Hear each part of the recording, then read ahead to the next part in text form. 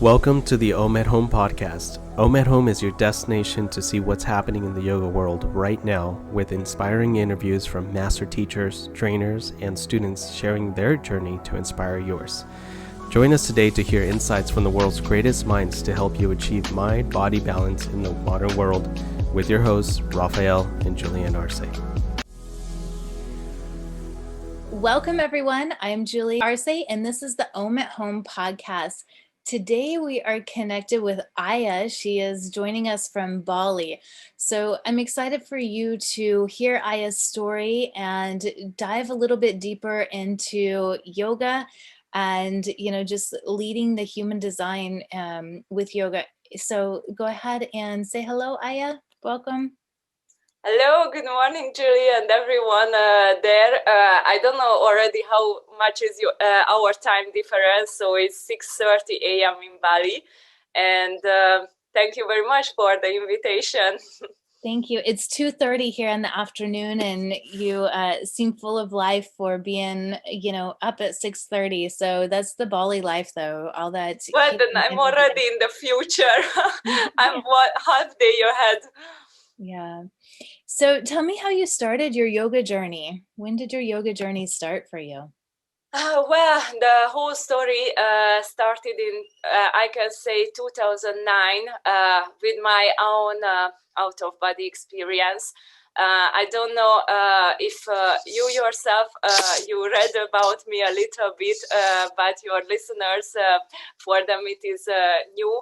So basically in 2009, I had a deep vein thrombosis and lung embolism, and I almost died. And after this experience, for half year, I was paralyzed on my left leg.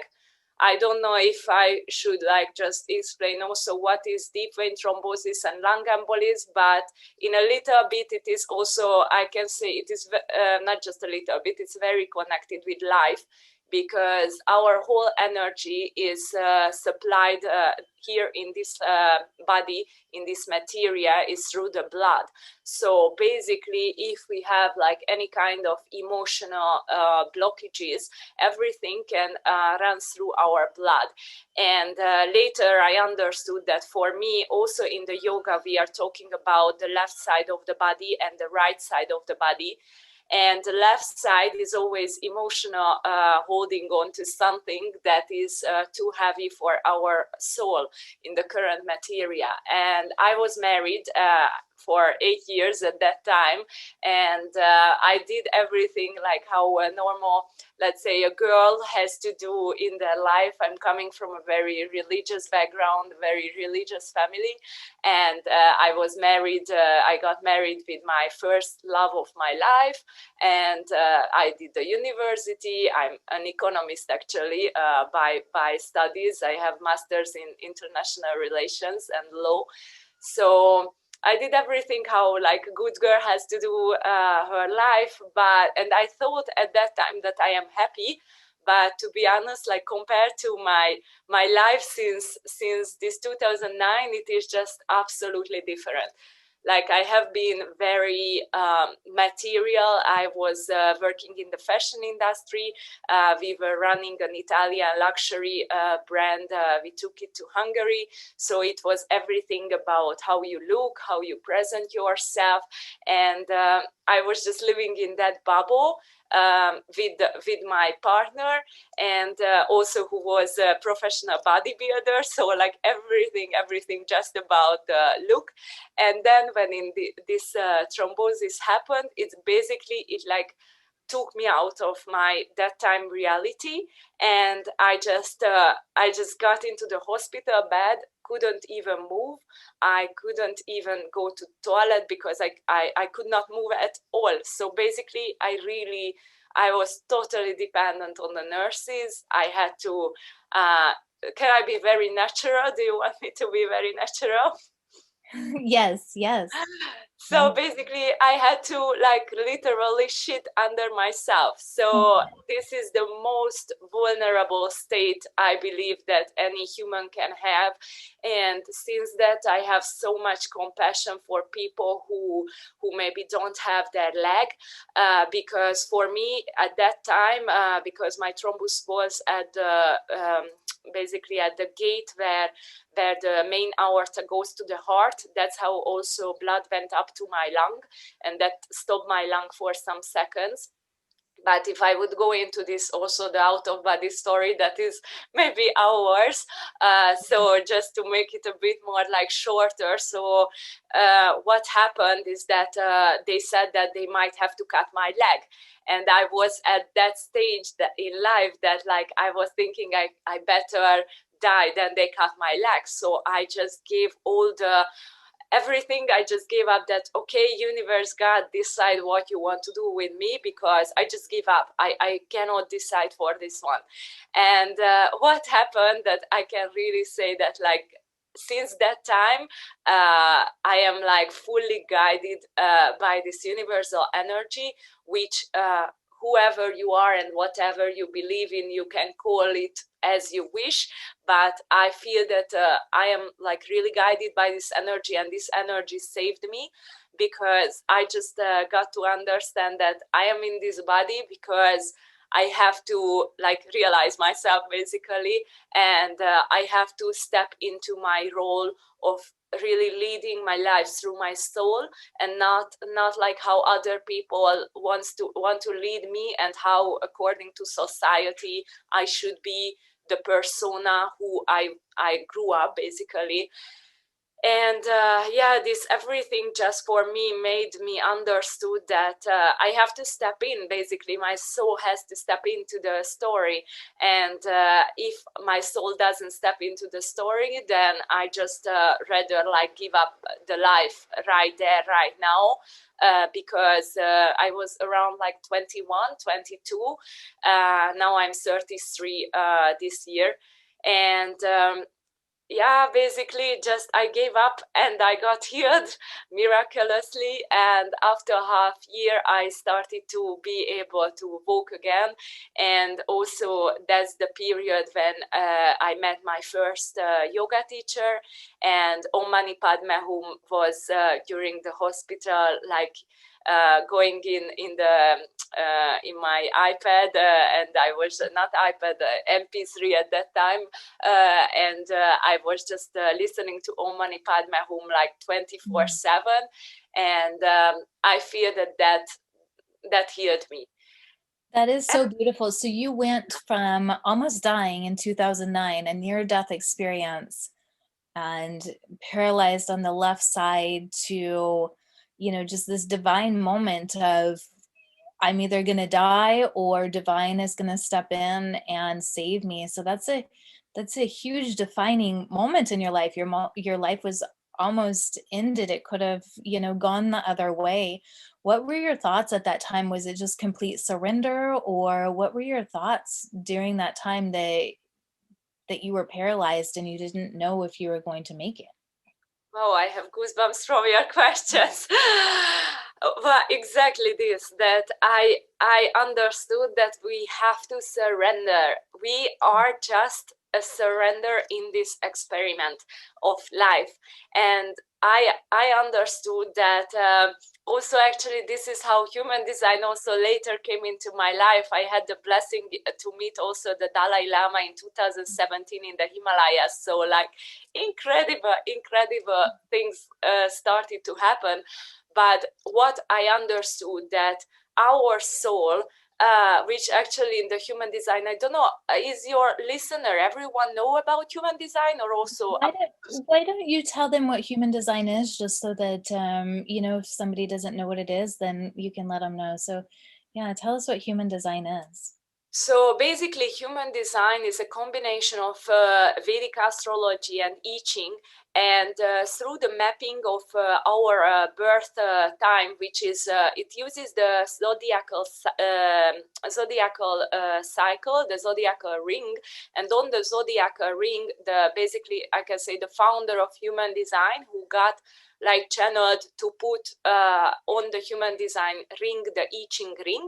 And that's how basically the activations where the sun was, not just the sun, or the sun, earth, Mercury, Mars, everything what is in your zodiacal sign, in the I Ching, which kind of gates it defines. That's how our aura map comes into life, basically, and that's how the human design map is getting drawn upon. And according to the human design, and also of course astrology, so if somebody is already in the astrology, maybe a lot of time I realize it's easier to talk with astrology terms for people who maybe don't know about human design. So according to this Asian tradition, and mostly I can say the East is having this idea of soul and body, so that we have a soul, and our soul, before the experiment of our human life, chooses also a shape how it wants to live out this embodiment. And also in the human design system, we have like two birth dates. We have one which we call the profile, and what we call the design date. And the design date is very interesting because also the West is like talking a little bit about it, and that's why also when people are talking about, for example, abortion, this can be a very controversial topic, because according to the East, 3 months before we basically come out of the womb, before that already our body is designed. And this is how the two like philosophy comes together in the body graph, because our soul chose a body to live out the experience, but because the soul is the conscious part, we don't really know what is the body, what is the vehicle, what we are living in. And only we will be able to live out this full purpose of our embodiment if we get a deeper understanding also about the body. And for me, this yoga and human design just fully connected, because this was also my experience in 2009, that that my soul and the body is really like two different things. But without the body, the soul cannot live out its purpose. And I was there in this experience of seeing my body from above, and I was just knowing that I can choose another body, but it is much more difficult to like go through this cycle again than just going back to that body what I have there right now, and start to live according to the soul, and not how just the environment is. That's you have my head spinning in so many different directions. And one of the things that I feel really called to ask you is, we hear so much that when bad things happen in our lives, it's a gift for the soul to evolve. And somebody that has lived through being paralyzed on the left side and a near-death experience, do you think that that's a lot of modern woo-woo stuff, or do you really believe that at the core, like a cellular level, that these what we would call suffering or painful events happen in our lives so that it can bring us forward and rebirth us with gifts? Exactly. I believe we chose them. It's not by accident. I believe we chose these experiences, and I also believe that before, so I have already a kind of like philosophy that like came to me through these experiences. And according to my philosophy, our soul, the higher self, already mapped out the whole life, and we are basically living reverse. Even though we think we are living to the future, this already, everything happened. That's why a lot of time you maybe things happen to you and you feel like kind of like, oh, I already met this person, I already lived this experience, because you did before you came into the body. According to my understanding, we already like pre-mapped everything, how we want to go through the life, how we want to meet the people, what experiences we want to experience to reach the maturity of the soul, and to live out the purpose. The problem there, and I think this happens with a lot of people, and that's why it happened also with me, that until we don't understand this whole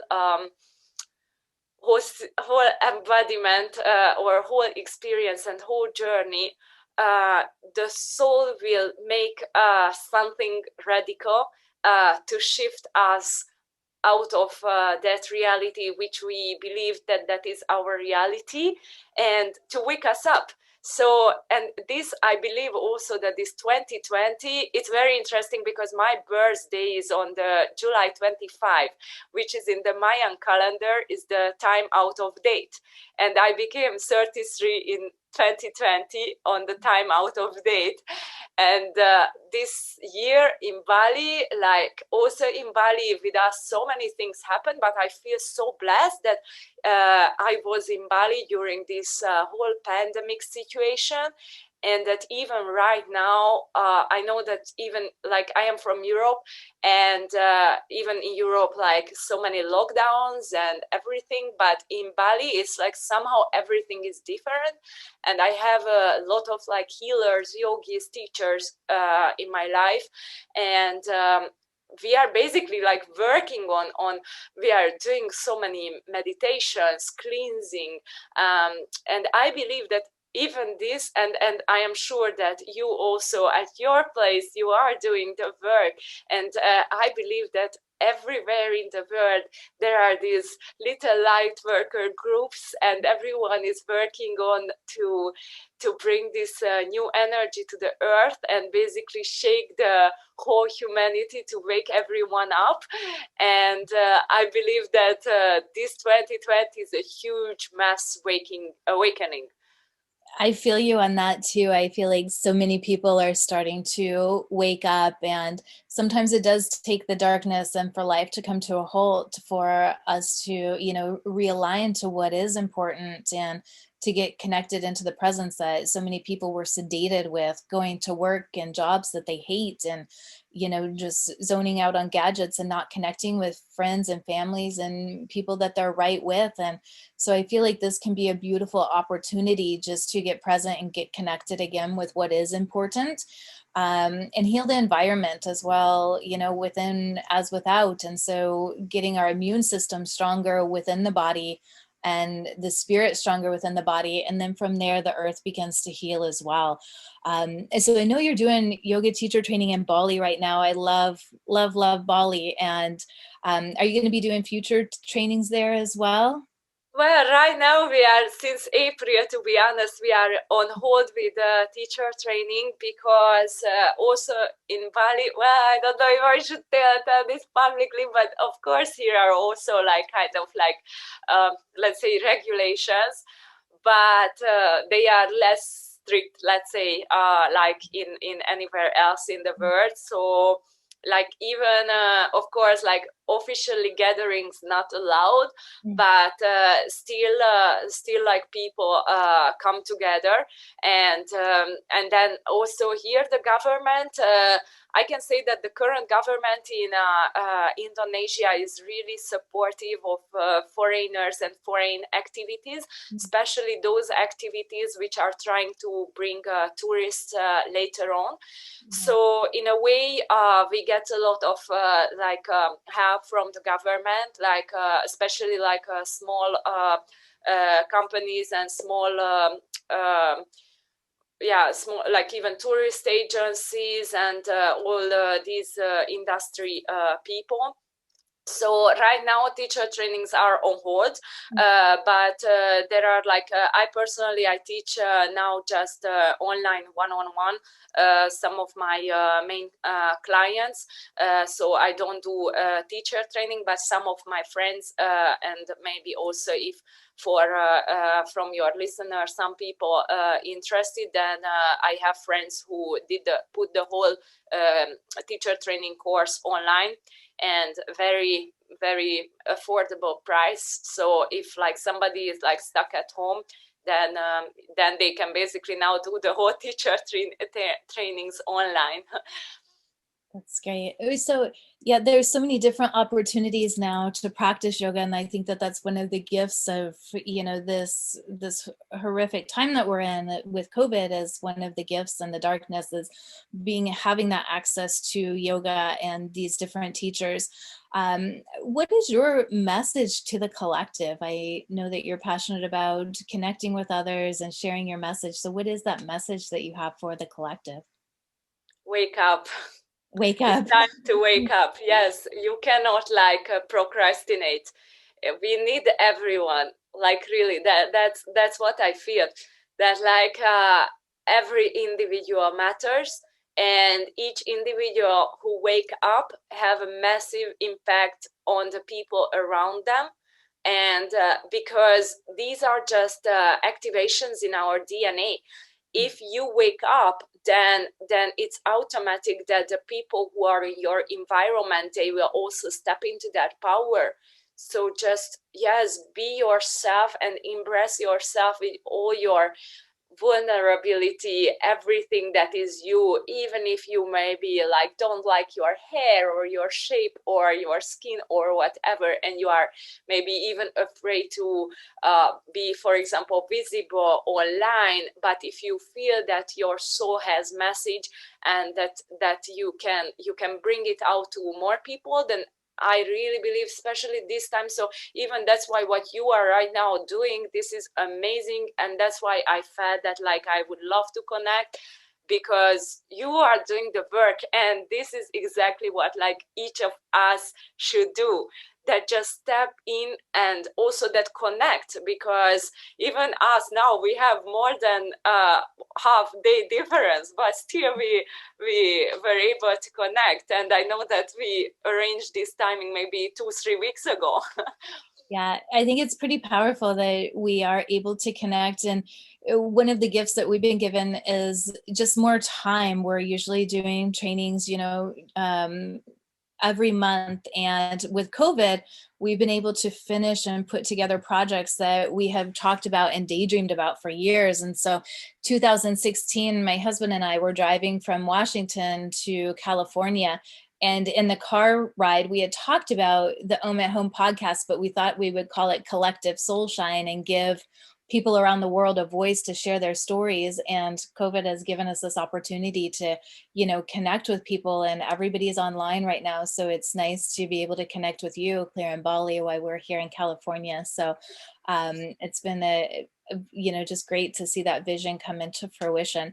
I love that you have that message to just wake up. And do you have a practice or a technique or a way that people can really live that message to wake up? What tool or modality or practice do you have for an awakening? The main is surrender. Yeah.